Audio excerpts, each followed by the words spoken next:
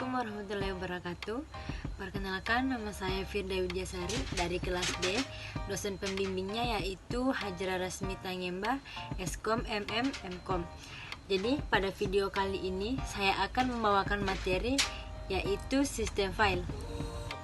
Nah, sebelum kita melangkah lebih jauh mengenai materi ini, kita terlebih dahulu mengetahui apa itu file.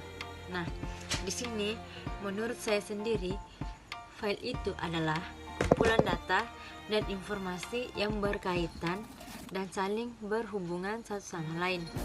Nah, di sini saya mengambil salah satu pendapat dari para ahli mengenai file. Salah satunya yaitu tokoh Hendra Yudi. Hendra Yudi ini mengatakan bahwa file adalah data-data yang tersimpan dalam media yang mempunyai informasi besar. Nah, menurut Hendra Yudi, file ini memiliki tanggal dan jamnya penyimpanan file, nama file, ciri file, atau ciri aplikasi yang membuat dan atribut file. Materi berikutnya yaitu contoh tipe file. Nah, di sini saya mengambil salah satu contoh tipe file yaitu master file atau berkas induk. Apa itu berkas induk? Berkas induk atau file induk merupakan file yang terpenting pada suatu sistem. Nah, sebuah file induk merupakan sebuah file yang digunakan untuk menyelesaikan tugas pokok tertentu dan dipelihara secara teratur. File ini diperlukan untuk memperlancar operasi sistem dan diperbaharui secara teratur. Nah, contoh dari file induk ini salah satunya yaitu sistem rumah sakit memerlukan file induk tentang catatan medis dan catatan penyakit seorang pasien. Nah, di sini kita bisa melihat bahwa seorang pasien bisa saja penyakit yang ia alami bisa saja menjadi buruk ataupun menjadi lebih baik. Nah, maka secara otomatis catatan medis seorang pasien ini secara otomatis akan berubah karena penyakit yang ia derita, entah itu dia lebih baik ataupun lebih buruk. Nah, contoh yang kedua yaitu berkas stok barang. Nah, di sini pada suatu toko tersebut, apabila pembeliannya melebihi dari target yang telah dia tentukan, maka secara otomatis stok barang lebih cepat keluar. Nah, di sini secara otomatis berkas stok barang lebih cepat berubah karena pembelian dari toko tersebut melebihi target yang telah ditentukan. Nah, jadi di sini perubahan dari berkas stok barang ini sangat berpengaruh di pembelian dari toko tersebut. Nah, materi selanjutnya yaitu 3 aplikasi DBMS. Nah, sebelum kita melangkah lebih jauh mengenai 3 aplikasi DBMS ini, kita terlebih dahulu mengetahui apa itu DBMS. DBMS adalah singkatan dari Database Management System.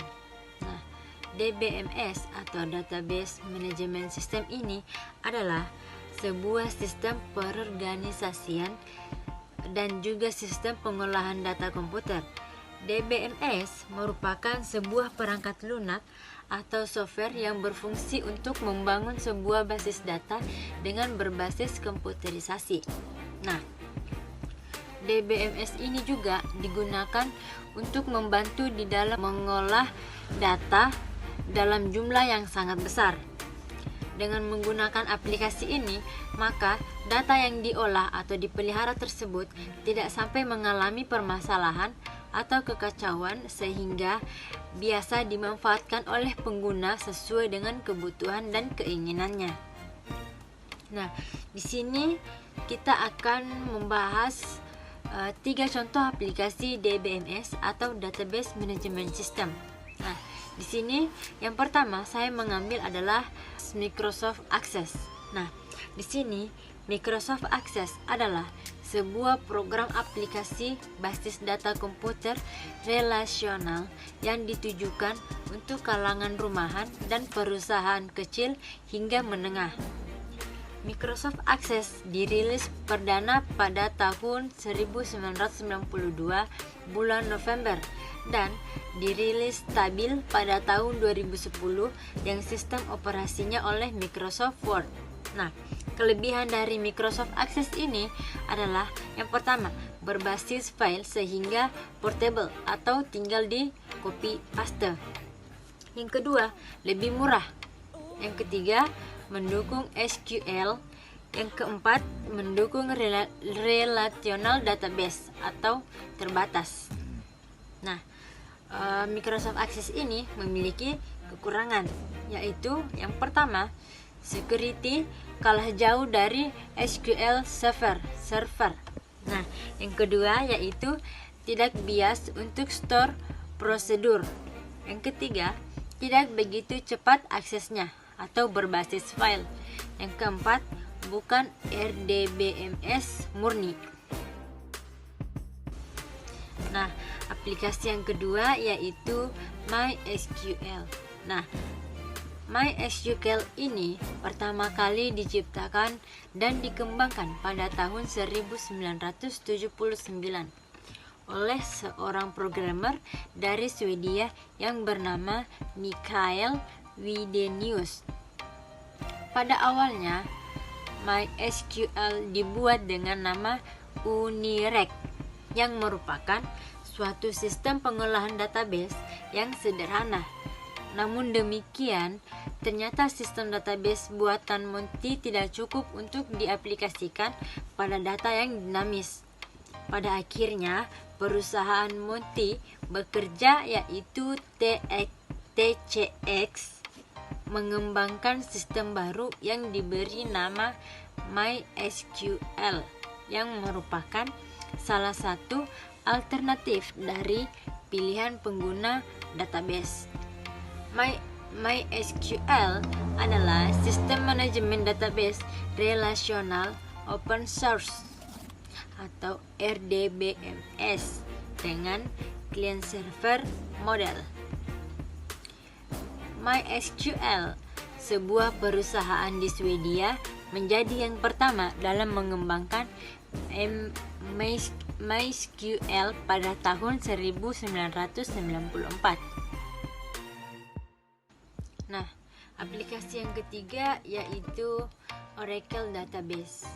Oracle Database ini adalah basis data relasional yang terdiri dari kumpulan data dalam suatu sistem manajemen basis data RDBMS. Nah, perusahaan perangkat lunak Oracle memasarkan jenis basis data ini untuk bermacam-macam aplikasi yang biasa berjalan pada banyaknya jenis dan merek perangkat keras komputer.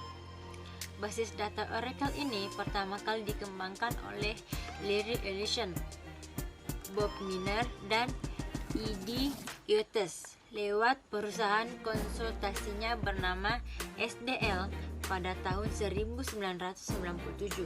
Nah, pada tahun 1993 perusahaan ini berubah nama menjadi Oracle sampai sekarang ini.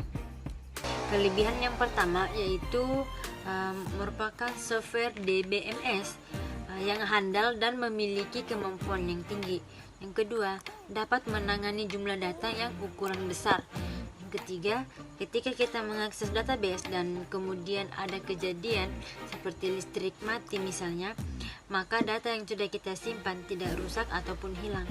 Yang keempat, memiliki kemampuan untuk manajemen user. Biasa diatur hak akses terhadap suatu database oleh database administrator. Kekurangannya yaitu merupakan software DBMS yang sangat mahal. Yang kedua, membutuhkan spesifikasi hardware yang tinggi untuk dapat menjalankan software DBMS Oracle supaya berjalan stabil. Yang ketiga, data yang bertambah ukurannya akan mengalami kelembatan proses, jadi harus ada database manajemennya. Nah, itulah materi dari saya mengenai sistem file, aplikasi file, apa itu DBMS, dan apa itu file, dan menurut para ahli. Nah, itulah materi saya. Saya Firda Widyasari dari kelas D, dosen pembimbing Hajra Rasmita Ngemba, Eskom MMM Kom, mengucapkan terima kasih. Wassalamualaikum warahmatullahi wabarakatuh.